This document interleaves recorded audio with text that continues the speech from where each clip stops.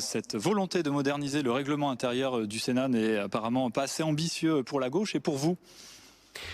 Alors, je pense que on voit bien, vu la fracture qu'on a entre nos concitoyens et la vie politique, on a besoin de moderniser certainement certaines procédures.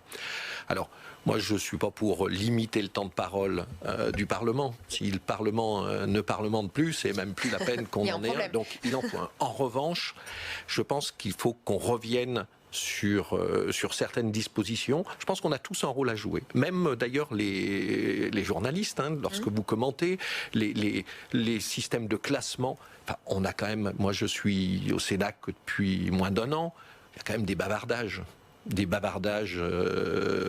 Qui sont pas tous séance dans l'hémicycle, oui, aussi. Il y a quand vous avez des centaines et des centaines d'amendements, il faut les lire un par un. Il y en a quand même quelques-uns.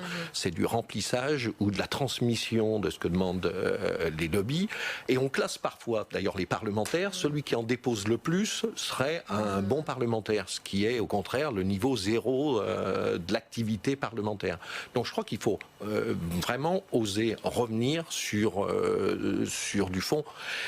Quand on limite la parole, honnêtement, depuis que je suis ici, peu de gens dépassent les 2 minutes pour défendre un amendement. Sauf ceux qui sont extrêmement bavards. Ça limite pas d'ailleurs l'opposition, puisque vous pouvez bien avoir 5 personnes qui parlent 2 minutes. Pour un groupe, personne n'a jamais empêché, plutôt qu'un seul qui parle de 2 minutes et demie.